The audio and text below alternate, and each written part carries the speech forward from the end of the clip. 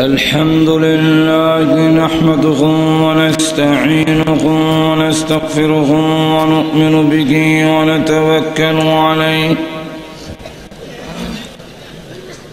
ونعوذ بالله من شرور أنفسنا ومن سيئات أعمالنا من يهده الله فلا مضل له ومن يضلله فلا هادي له ونشهد أن لا إله إلا الله وحده لا شريك له ونشهد أن سيدنا ومولانا محمدا عبده ورسوله الذي أرسل إلى الناس كافة بشيرا ونذيرا وداعيا إلى الله بإذنه وسراجا منيرا أما بعد فقد قال الله تعالى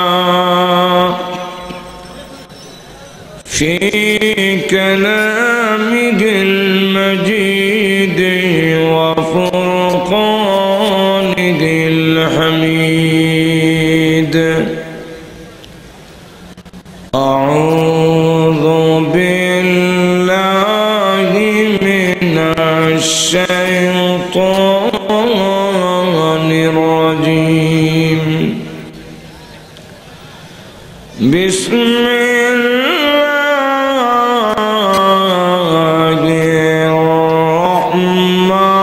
الرحمن الرحيم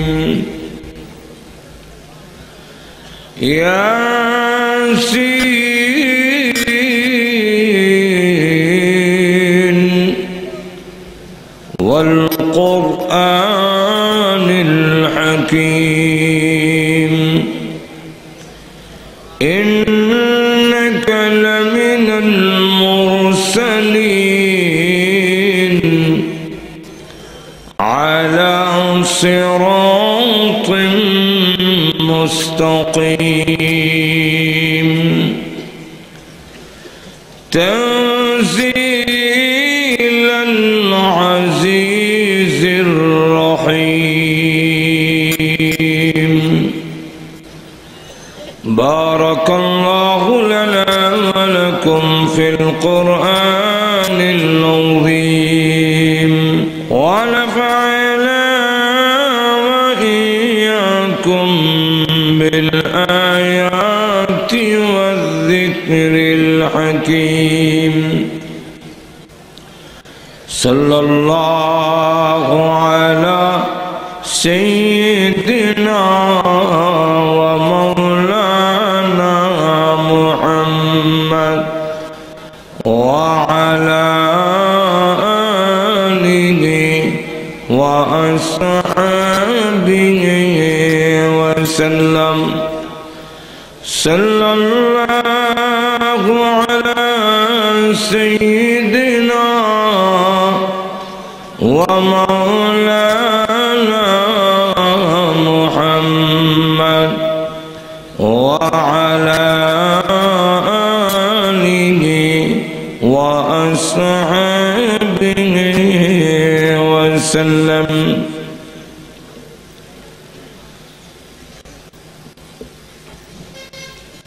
ঐতিহাসিক পবিত্র তাফসীরুল কোরআন মাহফিলের অত্যন্ত শ্রদ্ধেভাজন সভাপতি মুআজ্জাজ মুকাররম উলামায়ে কেরাম, উপস্থিত সমবেত প্রাণপ্রিয় মুসলমান ভাইয়েরা, পর্দার অন্তরালে অবস্থানরত অত্যন্ত শ্রদ্ধেয় মা বোনেরা, সর্বপ্রথমে মহান আল্লাহ পাকের দরবারে অসংখ্য অগণিত শুকর আদায় করছি, যিনি অত্যন্ত দয়া করে আজকের এই মাহফিলে আমাদেরকে শরীক হওয়ার তৌফিক দান করেছেন। এই জন্য আল্লাহ পাকের দরবারে শুকর আদায় করছি, আলহামদুলিল্লাহ। এখানে আসার পরে জানতে পারলাম আজকের আমার বিষয় হলো সূরা ইয়াসিন। সূরা ইয়াসিন অত্যন্ত গুরুত্বপূর্ণ সূরা। যেই সূরার ফজিলত যদি বয়ান করা হয় তো আজকের সময় শেষ হবে, ফজিলত শেষ হবে। মোটামুটি কথা হলো, আল্লাহর রসুল বলেন কোরআন মানুষের যেমন দেহের মধ্যে সবচেয়ে গুরুত্বপূর্ণ জায়গার নাম হলো দিল, কলব, ঠিক কোরআন শরীফের কলবের নাম হলো সূরা ইয়াসিন। আল্লাহ রসুল সাল্লাল্লাহু আলাইহি ওয়াসাল্লাম বলেছেন যে এই সূরা কেউ যদি একবার তিলাওয়াত করে সে যেন কোরআন শরীফে 10 বার খতম করছে।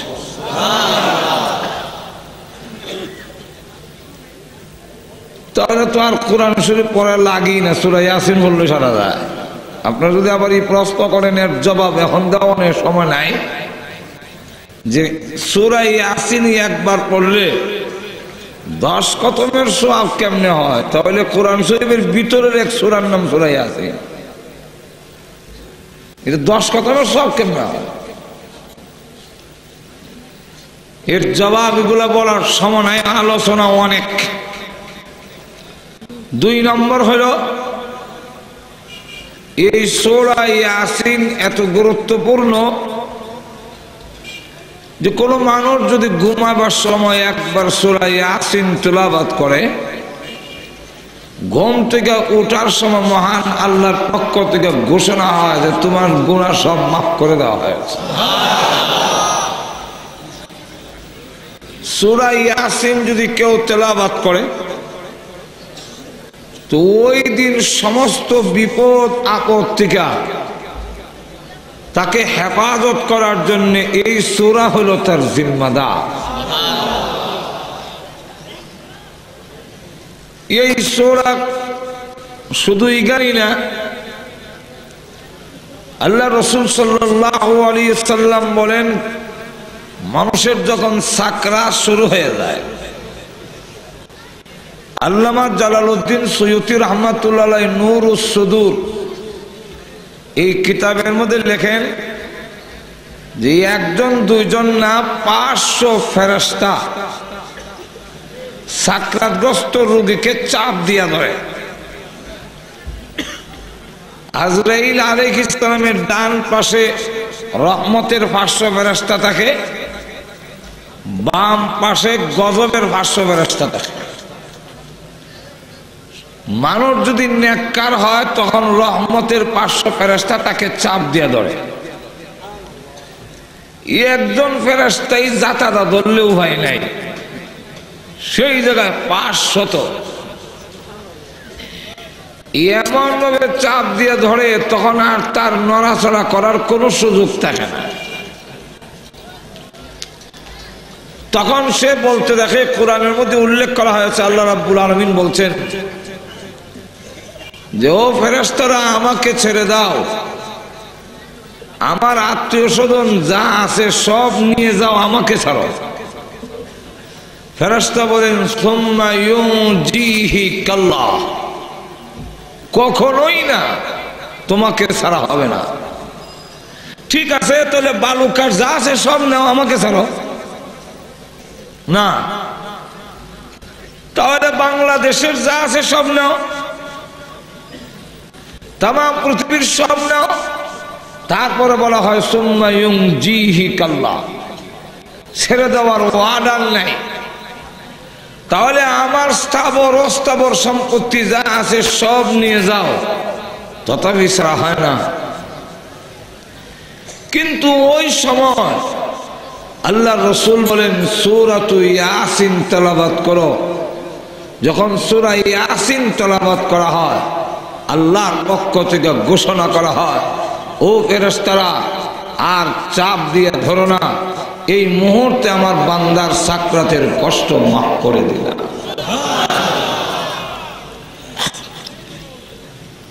পৃথিবীর কোনো কিছু ওই সময় তখন কাজে আসে না।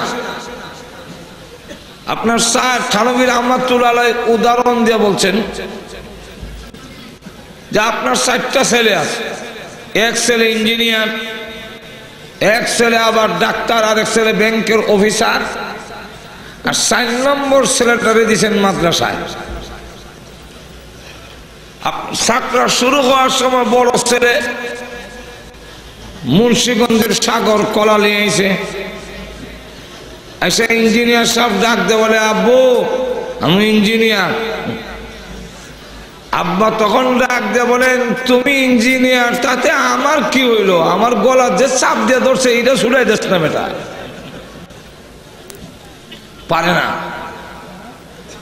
2 নম্বর ছেলে আসলো, তিনি হলেন ডাক্তার, আঙ্গুর নাশপাতি নিয়ে আসলো, এসে বলে আব্বু আমি ডাক্তার। ডাক্তার ছেলে তুমি ডাক্তার হয়েছে কি হয়েছে? আমাকে যে চাপ দিয়ে ধরছে সেটা ছাড়াই দেবে, বেটা অসম্ভব। 3 নম্বর ছেলে ব্যাংকের ম্যানেজার, তিনিও আসলেন।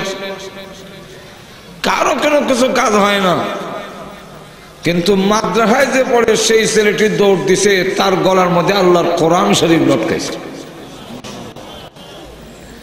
জিজ্ঞাসা করে একজন তাকে প্রশ্ন করলো কোথায় যাও? বাড়িতে যাই। কেন? আমার আব্বার সাক্ষাৎ শুরু হয়েছে। তোর গলা কি লটকাইছ? ও কোরআন। ও কোরআন কেন? তোর এক ভাই নিল কলা, এক ভাই আঙ্গুর, আর এক ভাই কমলা, তোর বোন নিল পানি, তুই কোরআন কেন? সে জবাব দেয় হুজুররা আমাকে পড়াইছেন, আল্লাহর রসুল বলছেন যে সাকরাতের সময় সূরা ইয়াসিন তেলাওয়াত করতে হয়। আর তো জোরে করবেন কোন সূরা? তাই আমি সূরা ইয়াসিন পড়ব। বাবার কানের কাছে গিয়া পড়ে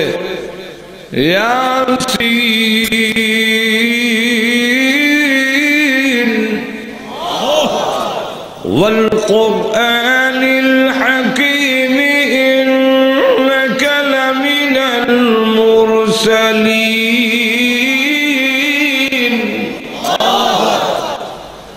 সঙ্গে সঙ্গে আল্লাহ হুকুম দেয় আর চাপ দিও না, ছেড়ে দাও। এই মুহূর্তে আমার বান্দার আযাব কষ্ট আমি আল্লাহ মাফ করে দিলাম। তাহলে চিন্তা করেন, তাম দুনিয়ার সমস্ত ধন সম্পদ, তাম দুনিয়ার সমস্ত লোক লস্কর যা আছে, সকল সম্পদের চাইতে সূরা ইয়াসিনের তেলাওয়াতের মর্যাদা অনেক বেশি। জোরে কোন ঠিক কিনা? এইভাবে যদি ফজিলত বলতে যাই আজকের সময় শেষ করা সম্ভব নয়, রাখলাম এখানে। এখন আসুন এই সূরাটা নাজিল করার কারণ কি, যাকে শানে নুজুল বলা হয়। তাফসীর কারকদের ভাষায় যেই ঘটনাকে কেন্দ্র করে অথবা কোনো প্রশ্নের জবাবে অথবা কোনো অবস্থার প্রেক্ষিতে যেই সূরা বা যেই আয়াত নাজিল হয়েছে, এটাকে তাফসীর কারকদের ভাষায় সবাবে নুজুল অথবা শানে নুজুল বলা হয়।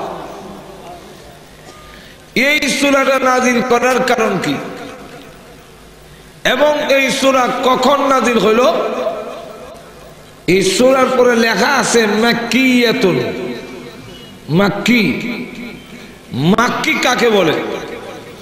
কোরআন শরীফ যে 23 বছর নাজিল হয়েছে, কোন সূরা কোন আয়াত নাজিল হয়েছে পাহাড়ে, কোনটা উটের উপরে, কোনটা ঘরে, কোনটা বাজারে, কোন যুদ্ধের ময়দানে, কোন উহুদ পাহাড়ের গর্তের ভিতরে, এই সবগুলোকে একত্রিত করে তাফসীর কারকরা, মুফাসসির কেরামরা দুই ভাগে ভাগ করে ফেলেছেন। যেখানেই নাজিল হোক, হিজরত করার আগে যদি নাজিল হয়ে থাকে তাকে মাক্কি বলা হয়, হিজরত করার পরে যদি নাজিল হয় তাকে মাদানী বলা হয়। আমার কথা বুঝেন কিনা জানেন? রাত তো হয়ে গেছে অনেক, এখন তার তাফসীরের সময় না। এখন আমার ভাই ওই আগে যে ওয়াজ করলেন আবু ইউসুফ মাহমুদি সাহেব, উনি হইলে ধরে রাখা সম্ভব, আমরা দ্বারা সম্ভব না। এই গভীর রজনীতে তাফসীরের করার মন মানসিকতা থাকে না, শ্রোতারও নার্ভে কাজ করে না। কারণ তাফসীর হইল আরেক জিনিস আর ওয়াজ হইল আরেক জিনিস। আমাদের দেশের এমন কিছু বক্তাও আছে যে জমাত লাইনে একটা জমাতও বসে না, কিন্তু তাকে 30,000 টাকা দিয়ে আনতে হয়, আর ফেরের ভিতরে ভাড়া দিলে গজল ছাড়া আর কিচ্ছু বাইর হবে।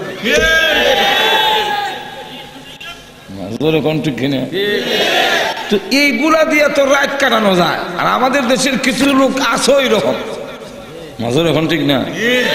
এক জায়গায় গিয়া দেখি এক লোক টান মারছে, মক্কা গেলাম, মদিনা গেলাম, ঢাকা গেলাম, সিলেট গেলাম রে, কিন্তু হরসুরের মতো এমন জায়গা পাইছি না। এমনি এক বৃদ্ধ লোক সিলি মারছে। তার এক যুবক ছেলে জিজ্ঞাসা করে, চাচা আপনি সিলি মারলেন কেন? উনি তো বলতেছে মক্কা গেছে, মদিনা গেছে, ঢাকা গেছে, সিলেট গেছে, হরসপুরের মতো এমন জায়গা হয়েছে না। তো হরসপুরের জায়গাটা কি মক্কা মদিনার থেকে আরো সুন্দর হইব? না না, মক্কা মদিনার থেকে কি ফজিলত হরসপুরের বেশি? বললেন না। তো আপনি সিল্লি মারলেন কেন? তখন মুরব্বী জবাব দেয়, আমি তো এইগুলা খেয়াল করছি না, টানের সুটেই সিল্লি মারছি।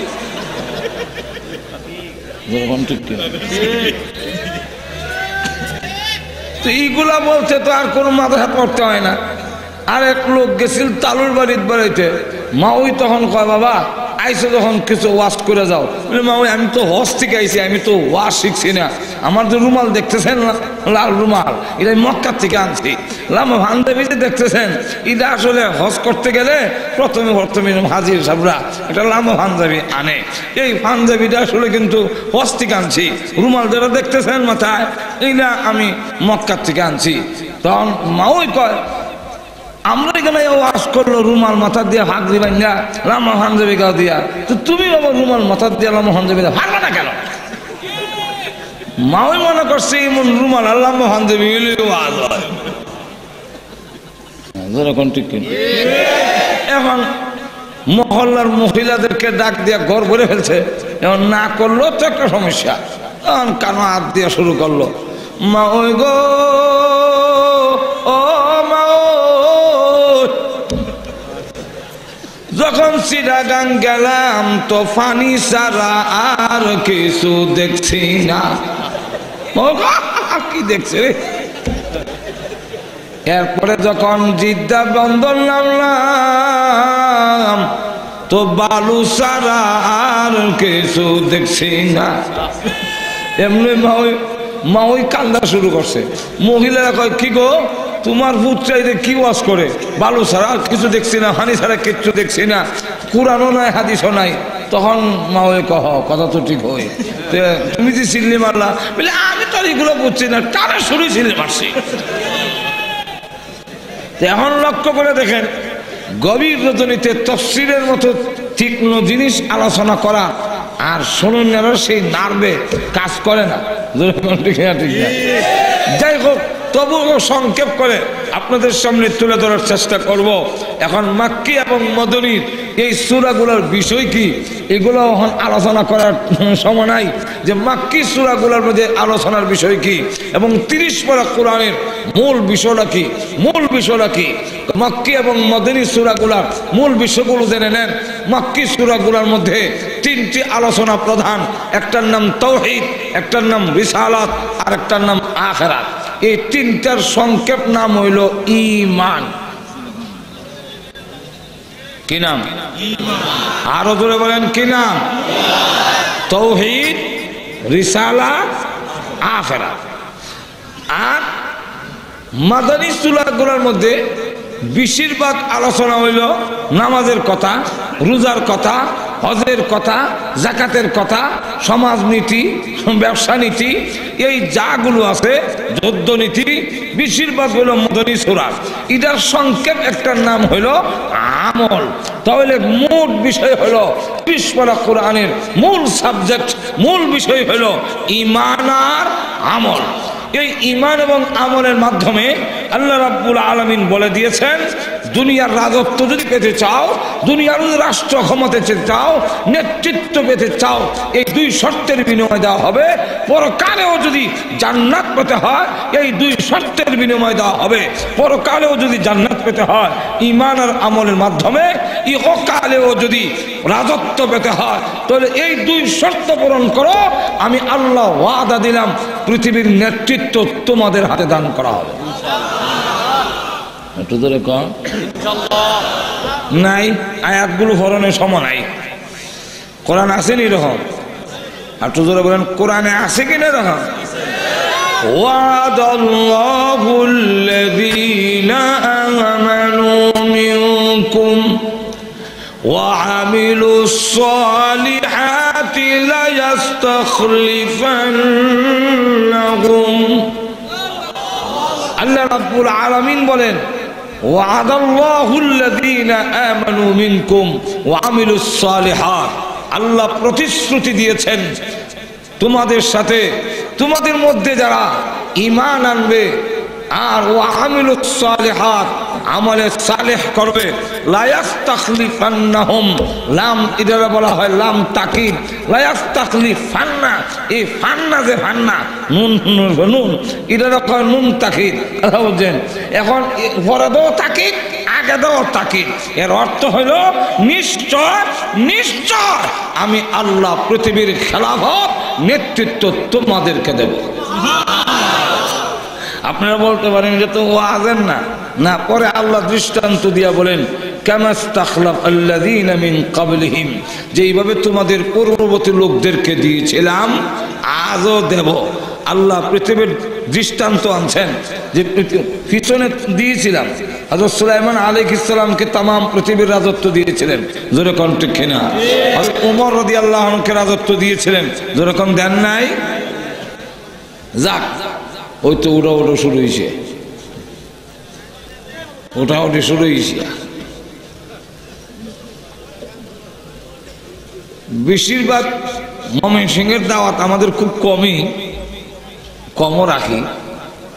যতগুলো না রাখার যতগুলো কারণ, এর মধ্যে এরও একটা কারণ। গভীর রাতের আগে সুযোগ দেওয়া হয় না, আর গভীর রাত ওইলই উড়া বসা শুরু হয়ে যায়। কথা বুঝছেন? এই কারণে আমরা এখন যদি কিছু শুনতে হয়, আমি আপনাদের কাছে জানতে চাই, কিছু সময় বসার ইচ্ছা আসেনি? আর একটু জোরে বলেন। উড়া বসা করা যাবে না, বলে ওদের ফেসাবে ধরে। ফেসাব মনের সাথে সম্পর্ক। যদি মনে করেন ফেসাবে ধরছে কিনা এরকম মনের মধ্যে আনেন, এক্ষুনি যেতে হবে। আর পেশাবের কথাটা যদি ভুলে দিতে পারেন, 2 ঘন্টা না গেলেও কোনো অসুবিধা হয়। আর একটু জোরে কান। এই জন্য মেহেরবানি করে একটু সময় বসেন। তাহলে মাক্কি সূরাগুলার আর মাদানী সূরা এবং 30 পারা কোরআনের মূল বিষয় বলে দিলাম, মনে আছে তো? একটার নাম ঈমান, আর একটার নাম, আরো জোরে বলেন, ঈমান আর আমল। যেমনি ভাবে আল্লাহর প্রতিশ্রুতি, আল্লাহর ওয়াদা, এটা কি কোনোদিন মিথ্যা হতে পারে? আরো জোরে কন।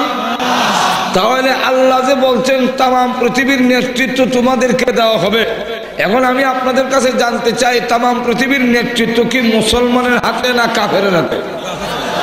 তাহলে আল্লাহর ওয়াদা গেল কই? বুঝা গেল আমরা শর্ত পূরণ করলে যেরকম ঠিক না আল্লাহ দিবেন। আমার সাথে আপনার ওয়াদা করলেন যে হুজুর আপনি আইলে আপনাকে সম্মান করা হবে, আমিও যদি না আই সম্মানও নাই, যেরকম ঠিক না? ঠিক তেমনি হবে আল্লাহ রাব্বুল আলামিনের ওয়াদা, তোমরা দুই শর্ত পূরণ করো, আমি আমারটা করব। লক্ষ্য করে দেখেন বিশ্বনবী রাহমাতুল লিল আলামিন সহ আবু বকর সিদ্দিক এবং ওমর রাদিয়াল্লাহু আনহু কোনো ভার্সিটিতে লেখাপড়া করেননি। তিনি যারা বেশি লেখাপড়া জানতেন তাদের খাতায় ওমরের নাম নাই। হযরত ওমর রাদিয়াল্লাহু আনহু নিজে একটি মাঠ দেখে চোখের পানি ছেড়ে দিয়ে কাঁদতেছেন। লোকেরা জিজ্ঞাসা করেন, ওমর আপনি এই ময়দানের দিকে তাকায়া কাঁদছেন কেন? উনি বলেন, আমার পিছনের ইতিহাস মনে হয়ে গিয়েছে। পিছনের ইতিহাস কি? আমি ছিলাম এই মাঠের একজন ছাগল বকরির রাখাল। ঠিক কিনা? কিসের রাখাল? এই ময়দানে আমি উট চড়াইছি, ছাগল চড়াইছি, বকরি চড়াইলাম। উট ভেড়া আমার কথা মানত না। আমি বাড়িতে গেলে আব্বা আমাকে থাপ্পড় দিত আর বলতো, হলে ওমর 50টা ছাগল বকরির মধ্যে 10টা কম 40টা আছে, বাকি 10টা গেল কোথায়? হযরত ওমর বলেন, আমি জবাব দিতাম 10টা কি হয়েছে জানি না। আব্বা আমাকে থাপ্পড় দিয়া জিজ্ঞাসা করতো, রে ওমর তোর মাথার মধ্যে উটের লেদা সেনা কিভাবে আসলো, মাথায় আসলো কিভাবে? ওমর রাদিয়াল্লাহু আনহু বলেন, আমি জবাব দিতাম, আব্বা প্রচন্ড গরমের মধ্যে আমি উটের পিছনে ছায়ার জন্য বসে থাকি, আর উট আমার মাথার মধ্যে লেদা সেনা যা দিবার সব দেয়। আব্বা তখন থাপ্পড় দেয়, কয় লম্বা যত আহমক তত লম্বা হইছিস, আকল বুদ্ধি হয় নাই। আমি সেই ওমর, আমার দেখের কোনো পরিবর্তন নাই, শুধু আল্লাহর দেওয়া ওয়াদা পূরণ করেছি। এখন আমি উট আর বেড়ার রাখাল নই, আমি এখন বকরির রাখাল নই। আমি ওমর, এখন আঙ্গুলের ইশারায় অর্ধেক পৃথিবী পরিচালিত হয়। আমি এখন আমিরুল মুমিনিন, খলিফাতুল মুসলিমিন। শুধু মানুষ নয়, সমস্ত মাখলুক গুলো এখন আমি ওমরের আঙ্গুলের ইশারায় পরিচালিত হয়। মদিনায় ভূমিকম্প শুরু হয়েছে, ওমর নামাজ পড়তেছিলেন, ভূমিকম্প হয়েছে। নামাজের সালাম ফিরাইয়া জমিনে আঘাত দিয়া বলেন, তোর তো সাহস কম না? আরো আসতে বলেন সুবহানাল্লাহ, মহিলারা শুনে নেব না। হ্যাঁ জমিন, তোর তো সাহস কম না? তোর পেটে শুয়ে আছেন সাইয়্যিদুল মুরসালিন, তোর পেটে শুয়ে আছেন আবু বকর সিদ্দিক। আমি ওমর তোমার পেটের উপরে নামাজ পড়তেছিলাম। তোমাকে তো সৃষ্টি করছে আমার কল্যাণের জন্য, একটু জোরে কর না। তোমাকে তো বলে দেওয়া হয়েছে আমার অনুগত থাকার জন্য। আল্লাযী জাআলা লাকুমুল আরদা যালুলা ফামশু ফি মানাকিবিহা। তোর কাঁধে সওয়ার হব আমি, তুই আমাকে বহন করবে, এটাই হলো তোর কথা। আমি যত অন্যায় করি তুই কথা বলবি না। আর তুই জোরে কর না। একদিন জমিন কথা বলবে, এখন বলে না কেন? আপনি জিনা করলেও বলে না, খুন করলেও বলে না, লাশ আইনা গর্তের মধ্যে রেখে দিল গোপন করে, জমিন কিচ্ছু বলে না। অথচ জমিন একদিন কথা বলবে। একটু জোরে কন। ইয়াউমাইযিন তুহাদ্দিসু আখবারাহা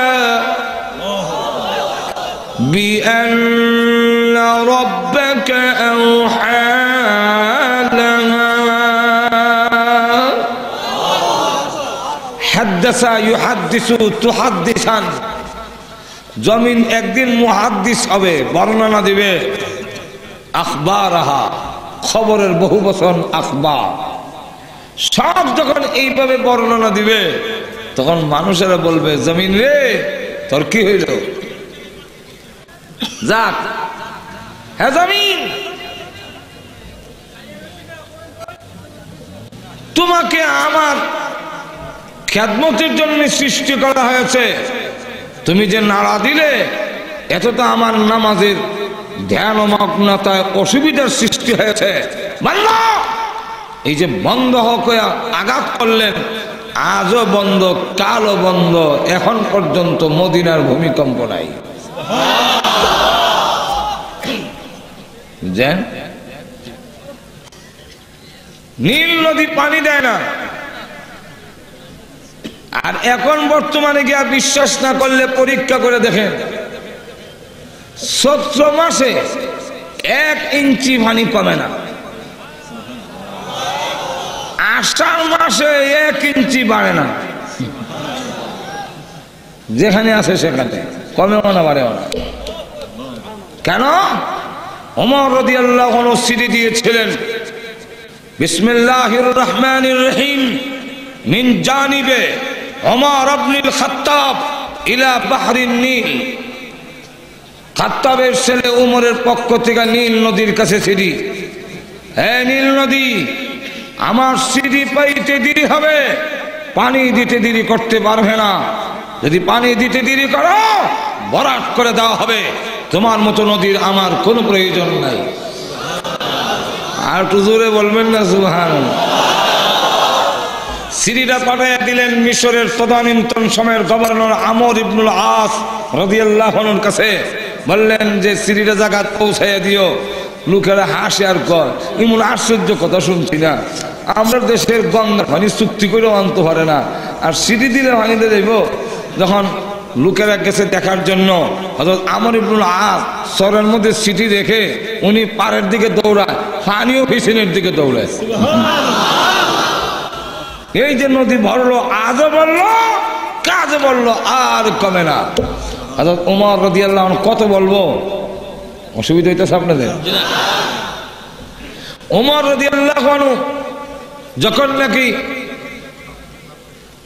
শুনলেন যে মদিনার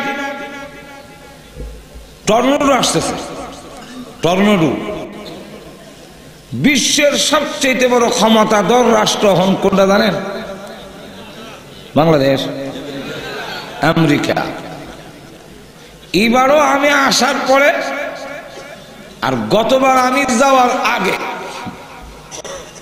তাদের বাণিজ্যিক রাজধানীর নাম হলো নিউ ইয়র্ক। নিউ ইয়র্কের মধ্যে সবচেয়ে গুরুত্বপূর্ণ শহরের নাম হলো ম্যানহাটন। তারা গর্ব হইল ম্যানহাটন ভূমিকম্প হবে না, কোনোদিন টর্নেডো হবে না। কিন্তু গত বছর, এই বছর আপনি খবর পত্রিকা দেখছেন, দেখেন নাই যে টর্নেডোর হামলা? এখন তারা অবস্থা হইল এরকম, খবর পত্রিকায় এবং টেলিভিশনে দেখাচ্ছে এত মাইল স্পিডে টর্নেডো আসবে। হে লোকজন, বাড়িঘর ছেড়ে নিরাপদ জায়গায় যাও। নিরাপদ জায়গায় নেওয়ার জন্য চেষ্টা করে। টর্নেডোকে প্রতিহত করার মতো ক্ষমতা নাই। লক্ষ্য করে দেখেন, পৃথিবীর যেই কোন রাষ্ট্র যদি আমেরিকাতে হামলা করে, তাকে প্রতিহত করার মতো ক্ষমতা আমেরিকার আছে, কিন্তু টর্নেডো আসতেছে দেখে এটা আটকাইতে পারে না। আর তুজোরে কর না, পারবে না, যেটা আল্লাহ আগে বলে দিয়েছেন ১,৫০০ বছর আগে। আর তুজোরে কর না, বলবো কোরআনের আয়াত না? অসুবিধা হচ্ছে? ইন্না আযাব রাব্বিকা লাওয়াকি' মা লাহু মিন দাফি'। হে রাসূল, আপনার রবের পক্ষ থেকে যখন আযাব পতিত হবে, মা লাহু মিন দাফি', তাকে প্রতিহত করতে পারবে না। এটা ওই সময়ও যখন নাকি বদরের যুদ্ধে বন্দীদেরকে ছেড়ে দেওয়া হবে জামিন দিয়ে। তখন এক কাফের সর্দার আসলো তাদেরকে জামিন দিয়ে ছুটানোর জন্য। আর রাসূল তখন কোরআন শরীফ পড়তেছেন, সূরা তূর পড়তেছেন। আর এই আয়াত পর্যন্ত যখন গেছে, ইন্না আযাব রাব্বিকা লাওয়াকি' মা লাহু মিন, তখন ওই সর্দার ডাক দিয়া কয়, মুহাম্মদের ধর্ম গ্রহণ না করে উপায় নাই, বাধ্য হইয়া কইছি। এমনি না, সিফাত পেয়ে সিফা বলে, কি সিবা? মোহাম্মদ তো তোমার কিছু কইলো না, মানলো না, তো কি সিবা? তখন ডাক দেওয়া কয়, সিবাটা কি বুঝছো না? তোমরা তো দেখো নাই। বলে না। বলে আমি যখন মুহাম্মদ সাল্লাল্লাহু আলাইহি ওয়াসাল্লামের কোরআন শরীফ পড়া শুনতেছি, আর যখন পড়লো ইন্না আযাব রাব্বিকা লাওয়াকি' মা লাহু মিন দাফে, এমনি তাকায় দেখি উপর থেকে একটা কালো গজবের হাত, লম্বা লম্বা নখ, লম্বা লম্বা চুল, আমাকে ধরার জন্য এইভাবে আসতেছে। আমি তখন ডাক দিয়ে বললাম, এই হাত লাত উজ্জা মানাতের দোহাই দেই, আমার ধরিস না। দোহাই মানে না, হুমকি দিলাম, আমার গোষ্ঠী বলো সন্ত্রাসী গোষ্ঠী, তোর হাত ভেঙে ফেলবে। এরপরেও মানে না। যখন দেখলাম হাত একবার আমার গাঢ় লেগে গেছে, এমন সময় ভাবলাম মুহাম্মদের কালিমাটা হইরা দেখি, এমনি বললাম লা ইলাহা ইল্লাল্লাহ। তাকায় দিকে হাত আদাত উপরে উঠে গেছে, এমনি আমি আরো বললাম লা ইলাহা ইল্লাল্লাহ, আরো উঠে।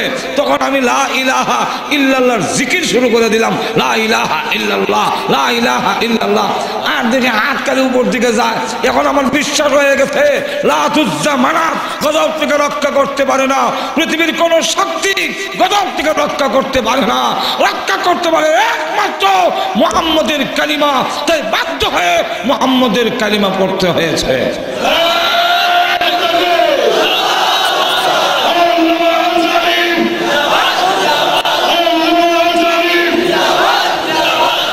এখন লক্ষ্য করে দেখেন, ওই যে ১,৫০০ বছর আগে যে ঘটনা ঘটছিল, আজও আল্লাহর গজব যখন আমেরিকা আসে, তার ক্ষেপণাস্ত্র যা আছে মারলে কাজ হয় না, ফিরে না।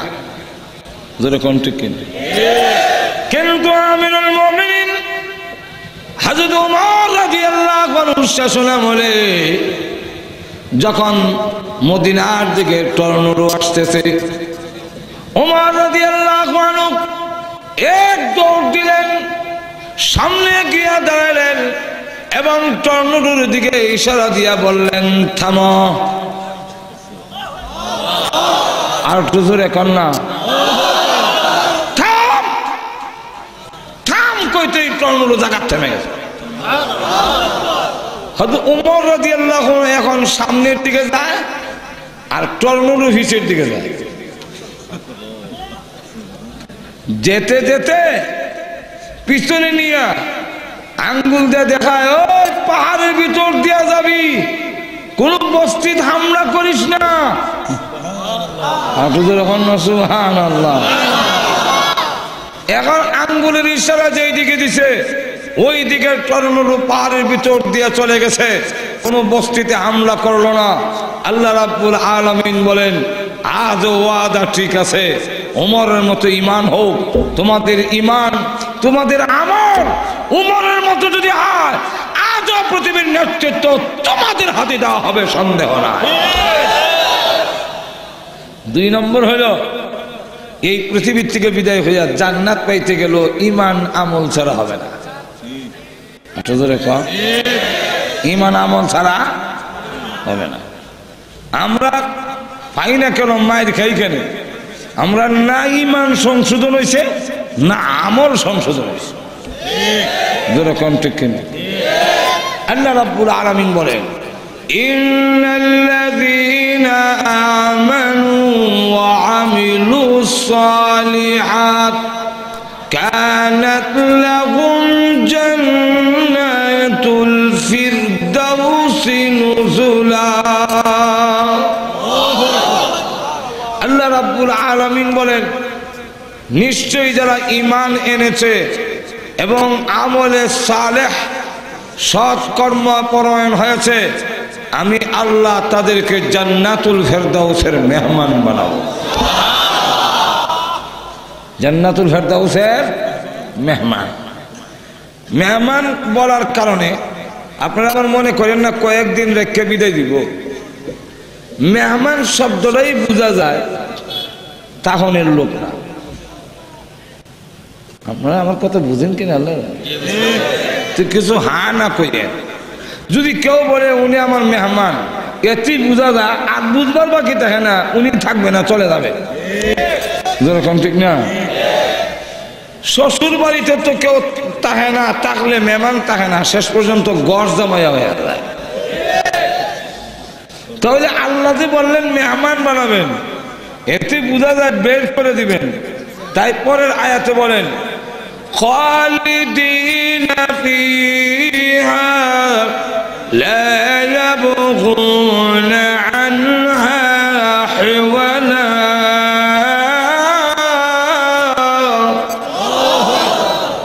খালিদিনা ফিহা, অনন্তকাল পর্যন্ত জান্নাতে থাকবে, কোনোদিন বের করা হবে না। আর একটু আপনারা একটু এদিকে আসেন, দেন দেখবার সুযোগ দেন। তাহলে খালিদিনা ফিহা, অনন্তকাল পর্যন্ত জান্নাতে থাকবেন। তাহলে মেহমান বললেন কেন? মেহমান কেন বললেন? মুফাসসিরিন কেরাম অনেক জবাব দিচ্ছেন। এর একটা জবাব হইল আল্লাহ বুঝাইতে চান একদল হলো কামলা শ্রমিক, আর আরেক দল হলো মেহমান। শ্রমিকের কাজ বেশি, খাওয়ানোর আইটেম বাড়ানো। আর একটু জোরে বলেন, শ্রমিকের কাজ বেশি না কম? কিন্তু খাওয়ানোর আইটেম বাড়ানো, উন্নত না। এই শুটকি, আলুর ভর্তা, ডাল, যেরকম ঠিক কিনা? আর বিয়াই কামলা শ্রমিক না মেহমান? মেহমান। বিয়াই কারো বাড়িতে গেলে ধান কাটার সময় গেলে আপনারা ধান কাটান তো নাকি? বিয়াই আইসেন যখন সময় মতো কিছু ধান কাটতে দেন, বলেন নাকি? বিয়ের কাম ভালো না, কিন্তু খাওয়ানোর আইটেম। আল্লাহ বুঝাইতে চান জান্নাতুল ফেরদাউসের মেহমান বানাবো। এর অর্থ হলো জান্নাতে আর কোনো কাজ নাই, নামাজ নাই, রোজা নাই, আর কোনো মেহনত নাই, কিন্তু প্রতি ওয়াক্তে ৭০,০০০ প্রকারের আইটেম তোমাদেরকে দেওয়া হবে। খাওয়ান আইটেম ভালো, কাজ নাই। কথা বুঝছেন? এখন আসুন, সব কথা বলার সময় নাই। তাহলে লক্ষ্য করে দেখেন, জান্নাত পাইতে গেল ঈমান এবং আমল লাগবে। পৃথিবীর নেতৃত্ব পাইতে গেল ঈমান আমল লাগবে। তাহলে কোরআনের বিষয় হলো দুইটা, একটার নাম ঈমান আর একটার নাম আমল। শয়তানও বসে নাই, শয়তানে কয় এই দুই জিনিস দিয়ে পৃথিবীর নেতৃত্ব লাভ করে আমারে তোমরা সাইজ করবা, আর পরকালেও আল্লাহ আমাকে জাহান্নামে দিবে, তোমরা আরামে গাড়ি দৌড়াবে জান্নাতের ভিতরে, এই সুযোগ আমি দেব না। জোরে কোন ঠিক কিনা? তাই শয়তান আমাদের ঈমানকে ধ্বংস করার জন্য শিরকের আস্তানা গেড়েছে, শিরকের পাপ পেতেছে, শিরকের মাধ্যমে ঈমান ধ্বংস করার জন্য, আর আমলকে ধ্বংস করার জন্য বেদাত নামক ষড়যন্ত্রের জাল পেতে রেখেছে। এবং শিরক এবং বেদাত কারে কয়? এবং শয়তান কি নিজে এসে এগুলা করবে? না না, মিনাল জিন্নাতি ওয়ান নাস, এর দল কিন্তু মানুষের মধ্যে আছে, জিন্নাতের মধ্যেও আছে। মানুষের মধ্যে কারা? তো মানুষের মধ্যে যারা নাকি মুস নিয়ে কান লাগাইছে, গোটায় হদ বার করার লাগে, মাথার মধ্যে দট লাগাইছে, নামাজ পড়ে না, গেঞ্জা খায়, এরপরে আবার নামাজ দাঁড় দাঁড়ে না, মাঝে মাঝে চোখ বন্ধ করে কয় হাক মাওলা।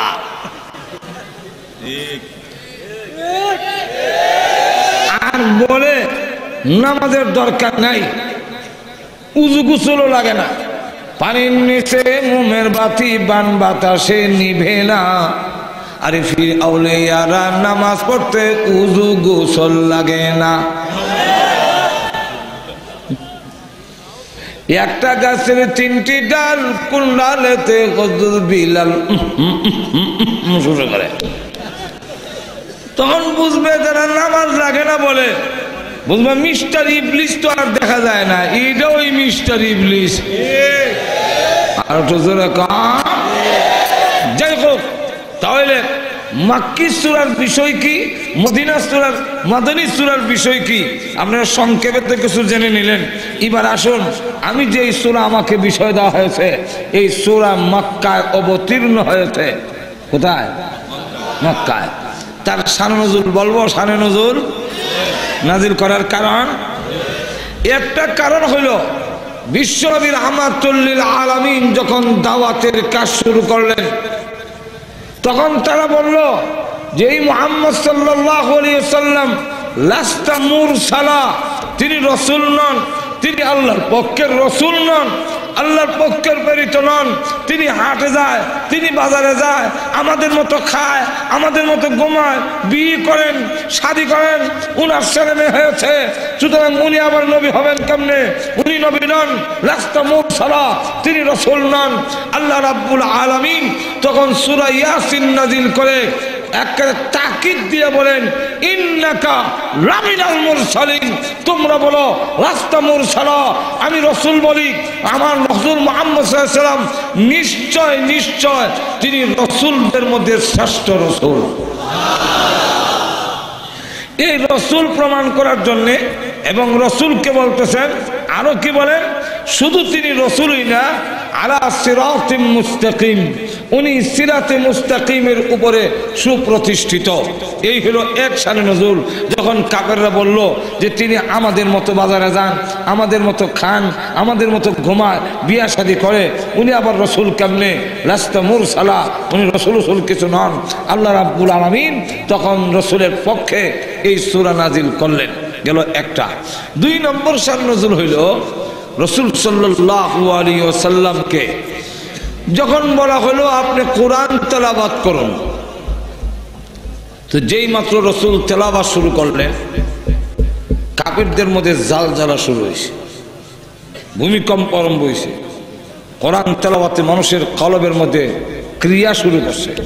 কোরআন তেলাওয়াতে মানুষের দিল চেঞ্জ করে ফেলে।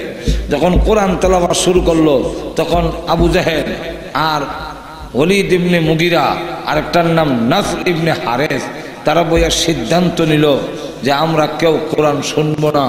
শুনলেই যখন অবস্থার পরিবর্তন হয়, কেউ কোরআন শুনো না। এই আইন পার্লামেন্টে পাশ করে যখন ছেড়ে দেওয়া হলো, কেউ কোরআন শরীফ শুনবে না, আইন করছেন।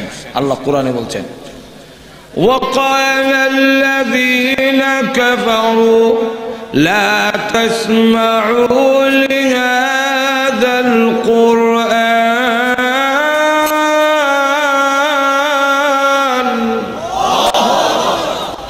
لا تسمعوا لهذا القرآن, কোরআন কেউ শুনো না। এখন দেখা গেল যারা আইন করছে কোরআন শুনো না, এরাই গিয়ে দেখা যায় কোরআন শোনার জন্য দাঁড়ায় আছে। এখন একজন আরেকজনকে জিজ্ঞাসা করে, তুমি না আইন করছো শোনার নাই? তুমিও তো আইন করছো শোনার নাই, তুমি আসলে কেন? তুমি আসলে কেন? কথা হলে বোঝা যায় এই আইন দিয়া সাধারণ পাবলিককে আটকায় রাখা সম্ভব নয়। অতএব আমাদের আইন পরিবর্তন করার দরকার। আর তো ধরে কর না। তখন কি করলো? আয়াতের শেষের অংশ, ওয়ালগাউ ফীহি লাআল্লাকুম তাগলিবুন।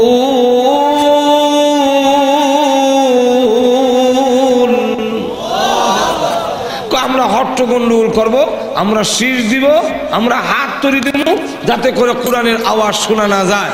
আর এতে গিয়া ক্রিয়া যেটা হইতেছিল সেটা হবে না। এখন দেখা গেল শীষ দিয়া, আটতালি দিয়া, বাজনা বাজাইয়া নজর ইবনে হারেস নর্তকী এনে আনলো, গান শোনাইলো। কিন্তু নর্তকী দিয়া মানুষকে আটকা রাখতে পারে না, গান গজল দিয়া মানুষকে আটকা রাখতে পারে না। এর কারণ হইল গান গজলে হয় এটা হয় রিয়াকশন, আর কোরআনে হয় অ্যাকশন। আর একটু জোরে কান বলে, কেমনে বলবো? আরো জোরে বলেন। আমি এক মাহফিলে, আমারও দাওয়াত, আরেক বক্তার দাওয়াত, পর্দার আড়ালে মেয়েরা পুরা এক সাইডে ওয়াজ শুনতেছে। আমি ওয়াজ করে যখন শেষ, আরেক বক্তাকে দেওয়া হইল। আমি গাড়িতে উঠবো, এই মুহূর্তে এই দৃশ্যটা দেখলাম। ওই বক্তা প্রথমে শুরু করে দিয়েছে গজল টান মারছে, গজল গান বলবো আরো ধরে কম। সাবধানে তাকিও নারী পর্দার আড়ালে, সাবধানে তাকিও নারী পর্দার আড়ালে, হাদিসে হারাম বলছে অন্য দেখিলে। এটা তালটা যদিও কথা ভালো না, গজল যেই কোনো জিনিস আপনি বলতে যদি বলেন শরীয়তে বলছে কয়েকটা শর্তের সাথে জায়েজ, নাহলে গজলও জায়েজ না, নাচও জায়েজ না, কোনো জিনিস জায়েজ না, সঙ্গীতও জায়েজ না।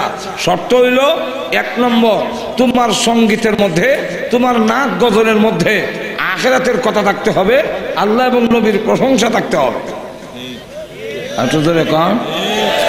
দুই নম্বর হলো তোমার গান গজলের রং, উচ্চারণ ভঙ্গি, তাল, এটা যেন গানের সাথে না মিলে। যদি গানের সাথে মিলে যায় তাহলে ভালো কথা বললেও এটা জায়েজ হবে না। বুঝাতে পারছি কিনা? যায় কুরআন শরীফ যদি কেউ গানের তালে ভরে জায়েজ না, হারাম। কুরআন শরীফে কিন্তু একটা গানের তাল আছে, কেউ যদি শুরু করে দেয় আলহামদুলিল্লাহি রাব্বিল আলামিন রে আর রহমানির রহিম মালিকি ইয়াউমিদ্দিন, যাই জীবনী আর তো এরকম জায়েজ হবে না, হারাম? আরো জোরে বলেন। এটা আমার কথা না, রসুল বলছেন গানের তালে কোরআন শরীফ পড়ো না, গানের সুরে পড়া যাবে না। তোর এখন ঠিক কিনা? এখন লক্ষ্য করে দেখেন এই গজলটা ভালো কথা, কথা বলা। সাবধানে তাকিও নারী পর্দার আড়ালে, কিন্তু তাল ডান্সে বেদের মেয়ে জুসনায় আমায় কথা দিয়েছে। আর তো জোরে কন্যা ইগেনের সে আর তার ইগেনের লে, জোরে কন ঠিক কিনা? সাবধানে তাকিও নারী পর্দার আড়ালে, এই যে লে, জোরে কন ঠিক কিনা? এই কারণে এটা অ্যাকশন না হইয়া রিঅ্যাকশন হয়। কথা তো বলছিল ভালো, সাবধানে তাকিও নারী পর্দার আড়ালে, হাদিসে হারাম বলছে অন্য দেখিলে, আবার হাইরে কইয়া দিছে আর গুতা দিছে। বলে এক মহিলা পর্দা টান্দা সিরা কয় মুল্লারে দেখ কেন, তাহলে অ্যাকশন হয়েছে না রিঅ্যাকশন হয়েছে? আরো ধরে বলেন। আর আল্লাহর কোরআনে হয় অ্যাকশন, অ্যাকশন। আর তো ধরে কন কি হয়? আরো ধরে বলেন কি হয়? অ্যাকশন। এক আল্লাহর রাস্তা দিয়ে যাচ্ছেন, আর এক ডাকাত গিয়ে পকেটে হাত দিছে। হাত দেওয়ার পরে হুজুর বলতেছেন তুমি আমার পকেটে হাত দিলে কেন? সে কয় হুজুর বেয়াদবি মাফ করবেন, আমাদের রিজিক তো আপনাদের পকেটে। ডাকাতের রিজিক হুজুরের পকেটে। হুজুর বললেন কোরআনে কি বলে আর তুমি কি বলছো? কোরআনে আয়াতটা শুনে যাও। কোরআনে একটা আয়াত শোনায় দিলেন, বলবো আয়াতটা? আরো বলে মানে وفي السماء رزقكم وما توعدون।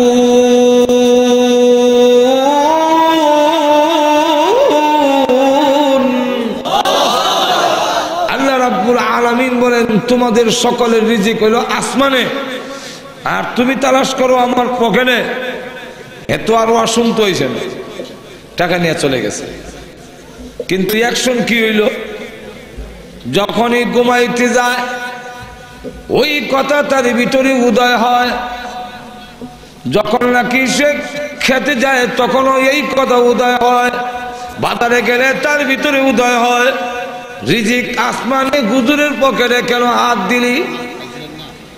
এই একটি কোরআনের আয়াতে আল্লাহর বান্দাকে 3 বছরের ভিতরে পরিবর্তন করে আল্লাহর ঘরখানায় কাবা নিয়ে পৌঁছাইয়া দিয়েছে। সেখানে গিয়া দেখে ওই ওলি কাবা ঘর তওয়াফ করে, দৌড় দিয়ে ওনার দুই পা জড়ায় ধরেছে, হে আল্লাহর ওয়ালি, বুঝতে পারিনি, আমাকে মাফ করে দিন। আল্লাহর ওয়ালি বলেন, তুমি কি অন্যায় করেছ, কি অপরাধ করেছ যে আমি তোমাকে মাফ করে দিব? আমি তো চিনছি না তোমাকে, কে তুমি? লোকটা ডাকে, হুজুর এখন চিনতে পারতেছেন না, আমি ওই লোক যেই লোক আপনার পকেটে হাত দিয়েছিলাম, রিজিক তালাশ করেছিলাম। আপনি আমাকে কোরআনের একটি আয়াত তেলাওয়াত করে শুনিয়েছিলেন। ওই একটি আয়াতে 3 বছরের ভিতরে আমার গোটা জিন্দেগি পরিবর্তন করে আল্লাহর ঘর খানায় কাবা পর্যন্ত পৌঁছাইয়া দিয়েছে। তাহলে বোঝা গেল কোরআনের আয়াতে হয় অ্যাকশন, গানে হয় আর তুজোর এখন গানে হয়। আচ্ছা, গান শুনতে শুনতে কেউ দরবেশ হয়েছে বলে আমার জানা নেই, আপনার জানা আছে? আর তুজোরে বলেন। কিন্তু কোরআন শুনতে শুনতে দরবেশ হয়েছে এমন ঘটনা একটা না, অনেকটা। জোরে বলেন ঠিক কিনা? তাই আল্লাহ রব্বুল আলামিন যখন রসুলকে বললেন আপনি কোরআন পড়েন, তখন তারা কয় হট্টগোল সৃষ্টি করব, হাত তুলে দিব, শীষ দিব, যাতে করে মুহাম্মদের কোরআন তেলাওয়াত শোনা না যায়।